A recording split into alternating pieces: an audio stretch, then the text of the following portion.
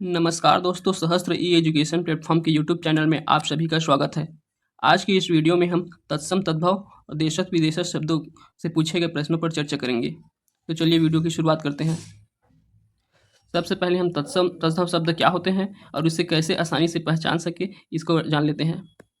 तो सबसे पहले तत्सम शब्द। तो तत्सम शब्द वे शब्द होते हैं जो संस्कृत भाषा से मूल रूप से हिंदी में प्रयुक्त होते हैं। तो जो संस्कृत के शब्द हैं मूल रूप से हिंदी में प्रयुक्त होंगे वो जो है तत्सम शब्द कहलाएंगे। और तद्भव शब्द ऐसे संस्कृत शब्द जो कुछ परिवर्तित रूप में हिंदी में प्रयुक्त हुए हैं वे जो है तद्भव शब्द कहलाएंगे। इन दोनों के बीच कन्फ्यूजन होता है कि तत्सम और तद्भव कौन क्या होते हैं, इनके डिफरेंस को। तो अगर तत्सम इसको याद रख लेते हैं तो तद्भव ऑटोमेटिक याद हो जाएगा। जैसे तत्सम को याद रखना है तो ये जो है संस्कृत के शब्द से उत्पन्न है। तो तत्सम में हमें क्या दिख रहा है, ये बीच में स है, तो इस स से हम याद कर सकते हैं कि ये संस्कृत से है। तो ये इसके तद्भव जो है हिंदी, जो इसका हिंदी परिवर्तित रूप है वो तद्भव कहलाएगा। तो चलिए अब देख लेते हैं इसको कैसे आसानी से याद कर सकते हैं। तो तत्सम शब्द को हम लोग कैसे पहचानेंगे। तो तत्सम शब्द को पहचानने के लिए ये 5 रूल है। इस रूल के द्वारा आप इसे पहचान सकते हैं। तो पहला रूल है अनुस्वार। तो तत्सम शब्दों में अनुस्वार लगा होता है, अनुस्वार का चिन्ह लगा होता है। तो अनुस्वार का चिन्ह क्या होता है, जो अम का मात्रा होता है वो जो है अनुस्वार है। अच्छा, तो ये जो जिसमें वर्ण में लगे रहते हैं वो लगभग जो है तत्सम शब्द होते हैं। जैसे कि उदाहरण के लिए देख लेंगे उमंग। तो उमंग जो है एक तत्सम शब्द है। दूसरा है पंचमाक्षर। जिन शब्दों में पंचमाक्षर का प्रयोग किया जाता है वे भी ज़्यादातर जो है तत्सम शब्द होते हैं। जैसे कि है अंधकार। तो अंधकार में ये न पंचमाक्षर अक्षर का प्रयोग किया गया है तो ये भी क्या है, एक तत्सम शब्द है। और तीसरा रूल है संयुक्त व्यंजन। तो जिन शब्दों में संयुक्त व्यंजन का प्रयोग किया गया है, कोई भी संयुक्त अक्ष, त्र, और स्र, इनमें से किसी भी एक या एक से अधिक संयुक्त व्यंजनों का प्रयोग किया होता है वे भी ज़्यादातर जो है तत्सम शब्द होते हैं। जैसे कि ये छत्री। फिर अगला है जिन शब्दों में री जो है पहले आए, बीच में या बाद में आए, तो उन शब्दों में जो है वो भी जो है तत्सम शब्द होते हैं जहाँ री दिखता है या री का मात्रा दिखता है। जैसे ये देखिए प्रकृति। प्रकृति में क में जो है री का मात्रा लगा हुआ है, तो ये जो है प्रकृति भी क्या है, एक तत्सम शब्द है। और ये लास्ट जो है जो शब्द जो है पढ़ने में या लिखने में कठिन शब्द लगते हैं वे जो है तत्सम शब्द होते हैं। जैसे कि आलस्य। तो आलस्य जो है कठिन लग रहा है और आलस जो है सरल लग रहा है, तो आलस जो है ये जो है तद्भव शब्द होगा। और ये जो कठिन लग रहा है आलस्य जो है ये जो है तत्सम शब्द होगा। पर ये जो 5 रूल है ये कोई यूनिवर्सल रूल नहीं है, ये सिर्फ सहायता करने के लिए है आपको, क्योंकि ये रूल ज़्यादातर 95% जो शब्द है उनके लिए प्रयोग होता है। बाकी कुछ शब्द होते हैं जिनके लिए ये रूल काम नहीं करता, फिर भी वो जो है तत्सम शब्द होते हैं। जैसे ये तत्सम शब्द के लिए अनुस्वार लगा है, वैसे ही तद्भव शब्द के लिए यहाँ क्या लगेगा, चंद्र बिंदु लगेगा। तत्सम शब्द के लिए, तद्भव शब्द के लिए चंद्र बिंदु लगेगा, तब ये जो है तद्भव शब्द को दिखाएगा। तो चलिए अब प्रश्नों को देखते हैं। तत्सम कौन सा रूप है। ऑप्शन ए संस्कृत रूप, ऑप्शन बी हिंदी रूप, ऑप्शन सी उर्दू रूप, ऑप्शन डी उपयुक्त में से कोई नहीं। तो तत्सम कौन सा रूप है, तो तत्सम जो है होगा संस्कृत रूप। अगला प्रश्न देखते हैं। संस्कृत के मूल शब्द जो हिंदी भाषा में प्रचलित है वे कहलाते हैं। ऑप्शन ए तद्भव शब्द, ऑप्शन बी विदेशी शब्द, ऑप्शन सी तत्सम शब्द, ऑप्शन डी देशज शब्द। तो संस्कृत के मूल शब्द क्या कहलाते हैं, तो संस्कृत के मूल शब्द जो है तत्सम शब्द कहलाते हैं। तो इसका सही उत्तर होगा ऑप्शन सी। अगले प्रश्न देखते हैं। निम्न शब्दों में तत्सम शब्द है। ऑप्शन ए वत्स, ऑप्शन बी खेत, ऑप्शन सी पिता, ऑप्शन डी राय। तो इनमें से कौन सा तत्सम शब्द है, तो इसमें अगर देखें ऑप्शन को तो इसमें सबसे कठिन कौन सा लिखने में देखने में लग रहा है, ऑप्शन ए वत्स। तो वत्स जो है यहाँ तत्सम शब्द है। अगर वत्स का हम तद्भव रूप देखें तो इसका तद्भव रूप होता है बच्चा। अगर खेत, अब ये जो तीनों जो है क्या है, तद्भव शब्द है। तो अगर खेत का तत्सम कहें तो खेत के लिए होता है क्षेत्र, और पिता के लिए होता है पितृ, और राय जो है राजा का तद्भव होता है। अगला प्रश्न देखते हैं। तत्सम शब्द अपनी भाषा के मौलिक रूप में बिना किसी परिवर्तन के प्रयुक्त होते हैं, जबकि तद्भव शब्द अपना रूप बदल देते हैं। इस कथन के परिप्रेक्ष्य में अक्षत शब्द का तद्भव रूप होगा। ऑप्शन ए अक्षत, ऑप्शन बी अखत, ऑप्शन सी अक्षत, ऑप्शन डी अक्षत। तो यहाँ पूछा गया है अक्षत शब्द है, इसका तद्भव रूप बताना है। तो अक्षत क्या है, एक तत्सम शब्द है, तो इसका तद्भव क्या हो जाएगा? ऑप्शन डी, अक्षत। अगला प्रश्न देखते हैं, श्रृंगार का तत्सम रूप क्या होगा? ऑप्शन ए श्रृंगार, ऑप्शन बी श्रृंगार, ऑप्शन सी श्रृंगार, ऑप्शन डी इनमें से कोई नहीं। तो श्रृंगार एक तद्भव शब्द है, तो इसके लिए तत्सम शब्द हो जाएगा ऑप्शन बी श्रृंगार। इसमें संयुक्त वर्ण का प्रयोग किया गया है, ऑप्शन ए। ऑप्शन बी इसका सही उत्तर है। अगला प्रश्न है, निम्नलिखित में तत्सम शब्द है? ऑप्शन ए जलद, ऑप्शन बी बादल, ऑप्शन सी हवा, ऑप्शन डी पानी। तो यहाँ है तत्सम शब्द जलद में।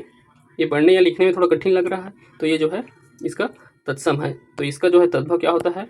बादल होता है तद्भव। तो ये बादल जो है एक तद्भव है जलद का। वैसी हवा है, हवा एक तद्भव शब्द है। हवा जो है किसका हो जाएगा? पवन या वायु का। पवन या वायु इसके जो है तत्सम शब्द हो जाएंगे। पानी, तो पानी के लिए हो जाएगा जल। बादल के लिए एक और होता है मेघ। मेघ भी क्या हो जाता है? ये तत्सम शब्द है। अगला प्रश्न देखते हैं, निम्नलिखित शब्दों में कौन सा शब्द तत्सम नहीं है? ऑप्शन ए आकाश, ऑप्शन बी मेघ, ऑप्शन सी पवन, ऑप्शन डी सियार। तो इनमें से कौन सा जो है तत्सम नहीं है पूछा गया है। तो कौन सा तत्सम नहीं होगा? तो देखें, आकाश ये क्या है? आकाश, तो ये जो है तत्सम होगा। मेघ ये भी तत्सम होगा, पवन ये भी तत्सम होगा। पर सियार, सियार जो है एक तद्भव शब्द है। इसके लिए संस्कृत में हम लोग श्रीगाला इस शब्द का प्रयोग करते हैं, तो इसका तत्सम जो है सियार का श्रीगाला होगा। तो आकाश है, आकाश ये सब जो है तत्सम है, तो इसके लिए आसमान होता है तद्भव के लिए। जैसे मेघ है, तो इसके लिए क्या होता है? बादल होता है तद्भव। और पवन है, इसके लिए क्या? हवा था। अगला प्रश्न देखते हैं, निम्नलिखित शब्द स्रोतों के आधार पर कान्हा शब्द है? ऑप्शन ए तत्सम, ऑप्शन बी देशज, ऑप्शन सी तद्भव, ऑप्शन डी विदेशी। तो यहाँ कान्हा कौन सा शब्द होगा? तो कान्हा क्या है? ये जो है एक तद्भव शब्द है। तो कान्हा जो है कृष्ण का ही नाम है, तो कृष्ण इसके लिए क्या हो जाएगा? तत्सम शब्द हो जाएगा। अगला प्रश्न, निम्नलिखित विकल्प में से तत्सम शब्द है? ऑप्शन ए नारियल, ऑप्शन बी उपरोक्त, ऑप्शन सी तुरंत, ऑप्शन डी आलस्य। तो यहाँ तत्सम शब्द कौन सा दिख रहा है? तो यहाँ तत्सम जो है आलस्य होगा। आलस्य थोड़ा पढ़ने में कठिन है, और इसका जो है क्या होता है? तद्भव रूप आलस्य।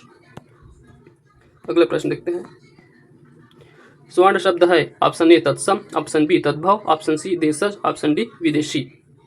तो स्वर्ण कौन सा शब्द है?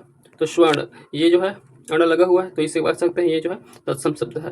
तो तत्सम शब्द स्वर्ण है। स्वर्ण का क्या होता है? तद्भव, सोना होगा इसका तद्भव। अगला प्रश्न देखते हैं, निम्नांकित में तत्सम तद्भव का गलत जोड़ा कौन सा है? ऑप्शन ए स्वामी साई, ऑप्शन बी कर्ण कान, ऑप्शन सी आज्ञा आन, ऑप्शन डी इनमें से कोई नहीं। तो यहाँ तत्सम और तद्भव का जोड़ा बताना है। तो स्वामी के लिए साई होता है, स्वामी तत्सम है, साई इसका तद्भव है। वैसे कर्ण का कान होता है, आज्ञा का आन होता है। तो इसमें से जो है सही उत्तर होगा ऑप्शन डी इनमें से कोई नहीं। तो सही सभी जो है सही है। अगला प्रश्न देखते हैं, निम्नलिखित में से तद्भव शब्द का चयन कीजिए। ऑप्शन ए आग, ऑप्शन बी दरिद्रा, ऑप्शन सी चक्षु, ऑप्शन डी उपयुक्त में से कोई नहीं। तो यहाँ कौन सा जो है तद्भव शब्द है? तो देखते हैं, ऑप्शन ए आग। तो आग जो है तद्भव शब्द है। आग के लिए क्या होता है? अग्नि। हरिद्रा, हरिद्रा ये जो है तत्सम शब्द है। चक्षु भी तत्सम है। हरिद्रा का होता है हल्दी, चक्षु का होता है आँख। अगला प्रश्न देखते हैं, नीचे दिए गए विकल्पों में से तद्भव शब्द का चयन कीजिए। Option A bank, option B मर्म, ऑप्शन सी मुंह, ऑप्शन डी प्रलाप। तो यहाँ तद्भव शब्द कौन सा है? तो पहला बैंक देखें, तो बैंक क्या है? एक विदेशी शब्द है। सच। मर्म, मर्म एक जो है तत्सम शब्द होगा। यहाँ मुंह देखिए, यहाँ क्या लगा है? चंद्र बिंदु लगा हुआ है, तो ये जो है ये तद्भव शब्द होगा। तो मुंह जो है तद्भव शब्द है। अगला प्रश्न देखते हैं, निम्नलिखित में से तत्सम शब्द है? ऑप्शन ए घोटक, ऑप्शन बी कपूत, ऑप्शन सी कोयला, ऑप्शन डी धर्म। तो यहाँ तत्सम शब्द बताना है। तो यहाँ तत्सम शब्द है ऑप्शन ए घोटक। घोटक जो है इसका जो है हिंदी अर्थात तद्भव शब्द होता है घोड़ा। ऑप्शन बी है कपूत। कपूत इसका होता है, ये जो है सभी जो है तद्भव शब्द है। कपूत, कोयला, धर्म, तो इसके लिए तत्सम शब्द हो जाएगा कुपुत्र। कोयला, कोयला के लिए जो है तत्सम शब्द होता है कोकिला। और धर्म, धर्म के लिए होता है धर्म। चलिए अब आगे देखते हैं। अब यहाँ से देशज शब्द विदेशज शब्द क्या है उसे जान लेते हैं पहले। तो देशज शब्द जो स्थानीय भाषा के शब्द होते हैं उन्हें देशज शब्द कहते हैं। जैसे उदाहरण के लिए है लोटा, थाली, चमड़ी, पगड़ी, गमछा, गड़बड़, चटपट, उटपटांग आदि। ये सब जो है स्थानीय भाषाओं से लिया गया शब्द होता है वो देशज शब्द होंगे। वैसे विदेशज शब्द जो विदेशी भाषा से हिंदी में आए शब्द हैं वे सब जो है विदेशज शब्द कहलाएंगे। जैसे कि अंग्रेजी भाषा के शब्द होंगे, पुर्तगाली भाषा के, उर्दू भाषा के अंतर्गत फारसी और अरबी दोनों आते हैं, तुर्की भाषा, ये सब जो भाषाएं विदेशी भाषाएं हैं उनसे जो लिया गया शब्द है वे सब विदेशज शब्द कहलाएंगे। और विदेशज शब्द को और जान लेते हैं। जैसे अंग्रेजी के विदेशज शब्द तो अंग्रेजी से लिए हैं, जैसे ट्रेन हो गया, machine, sub inspector, deputy collector, headmaster, manager, तो डायरेक्ट जो है अंग्रेजी से लिए गए शब्द हैं, तो ये जो है अंग्रेजी के विदेशज शब्द होंगे।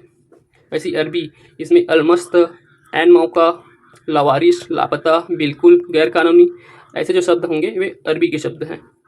फारसी, तो फारसी से आवारा, कमीना, चिराग, सुल्तान, सरदार, शादी, दिल, दिलेर, चश्मा, आईना, दर्जी, दुकान, गुलाब, मजबूरी आदि, ऐसे शब्द जो लिए हुए हैं ये जो है फारसी शब्द होंगे जो फारसी से लिए हैं। पुर्तगाली में पादरी, चाबी, साबुन, तौलिया, बाल्टी, पिस्तौल, मेज, प्याज, संतरा, आलू, तंबाकू, नीलामी, ये जो शब्द हैं ये पुर्तगाली शब्द होंगे। और है तुर्की शब्द में बारूद, तोप, लाश, बहादुर, बीवी, खंजर, कैंची, बेगम, बावर्ची, कुली, ये जो शब्द होंगे ये तुर्की शब्द होंगे। तो इन शब्दों को 2-3 बार पढ़ के चले जाना है इसको, ताकि एग्जाम में आए अगर इनमें से तो बन जाए। इसके अलावा और भी जो प्रश्न में आए हुए हैं उनमें से और भी कुछ याद कर लेते हैं विदेशी शब्द और देशज शब्द। तो अब है क्वेश्चन, झिलमिल कौन सा शब्द है? ऑप्शन ए विदेशी शब्द, ऑप्शन बी देशज शब्द, ऑप्शन सी तद्भव, ऑप्शन डी तत्सम। तो झिलमिल जो है क्षेत्रीय भाषा से लिया गया शब्द है, तो ये जो है क्या हो जाएगा देशज शब्द। अगला प्रश्न देखते हैं, निम्नलिखित में से कौन विदेशी शब्द का उदाहरण है? ऑप्शन ए ऊंट, ऑप्शन बी खिड़की, ऑप्शन सी लोटा, ऑप्शन डी हलवाई। तो इसमें विदेशी शब्द का उदाहरण कौन सा हो जाएगा? तो ये तो देशज शब्द में था तो ये नहीं होगा। खिड़की भी देशज शब्द है, इसको भी याद रख लें, और ऊंट भी जो है देशज शब्द ही से भी याद रख लें, तो ये तीनों नहीं होंगे। ये हलवाई है, ये जो है विदेशज शब्द है, तो इसे याद रख लें विदेशज शब्द है करके, ठीक, हलवाई को। अगला प्रश्न देखते हैं, परात किस भाषा का शब्द है? ऑप्शन ए चीनी, ऑप्शन बी देशज, ऑप्शन बी तुर्की, ऑप्शन सी पुर्तगाली। तो परात कौन सी भाषा का शब्द होगा? तो परात जो है पुर्तगाली भाषा का शब्द है। तो पुर्तगाली भाषा के शब्द का जो लिस्ट है उसमें इसको भी, परात को भी ऐड कर लेना है, तो ये भी क्या होगा पुर्तगाली भाषा के शब्द। अगला प्रश्न देखते हैं, लेकिन किस भाषा का शब्द है? Option A Arabi, option B Hindi, option C Farsi, option D Angrezi. तो लेकिन कौन सी भाषा का होगा? ये जो है फारसी भाषा का है, तो फारसी भाषा वाले शब्दों में लेकिन को भी ऐड कर ले, तो ये जो है लेकिन फारसी भाषा का शब्द है। अगला प्रश्न है, निम्नलिखित शब्द समूह देशज हैं, तो इनमें से कौन सा शब्द समूह जो है देशज शब्द समूह है? ऑप्शन ए चिड़िया, घरौंदा, जूता, ऑप्शन बी जादू, कमीना, सूद, ऑप्शन सी औरत, किताब का बाकी, ऑप्शन डी फुनगी, पगड़ी, पलंग। तो इनमें से देशज शब्द ढूंढना है। तो देखें तो अगर ये कमीना विदेशज शब्द में आता है, ये किताब भी विदेशज शब्द में आएगा, और ये फुनगी भी आएगा। तो इसमें से चिड़िया, घरौंदा और जूता, ये जो है तीनों जो है देशज शब्द हैं, तो ये है देशज शब्द है, इनको याद रख लें। अगला प्रश्न है, इनमें से कौन सा शब्द विदेशी भाषा में आगत नहीं है? Option A train, option B साबुन, ऑप्शन सी शादी, ऑप्शन डी कबड्डी। तो इनमें से विदेशी शब्द कौन से नहीं है बताना है। तो देखें हम लोग ट्रेन, ये जो है अंग्रेजी से लिया गया है ट्रेन, तो ये जो है विदेशी शब्द होगा। साबुन, तो साबुन ये भी विदेशी शब्द है, शायद ये इसको लिए थे हम पुर्तगाली शब्द से, और ये इसको हम लोग लिए थे फारसी शब्द से। तो शादी जो है और ये विदेशज शब्द है तीनों, तो कबड्डी जो है देशज शब्द होगा, तो इसका सही उत्तर होगा कबड्डी। तो आज ये सब प्रश्न हो गए तत्सम तद्भव देशज और विदेशज शब्दों के प्रश्न। तो आप लोग का सी टेट का जो सिलेबस है उसका लगभग जो इंपॉर्टेंट टॉपिक है जहाँ से प्रश्न आते हैं वो लगभग कंप्लीट हो गए हैं। कुछ टॉपिक बचे हैं, उनका और छोटा छोटा वीडियो बना के मैं डाल दूंगा। फिर अब अगला फिर किसी और विषय को स्टार्ट करेंगे।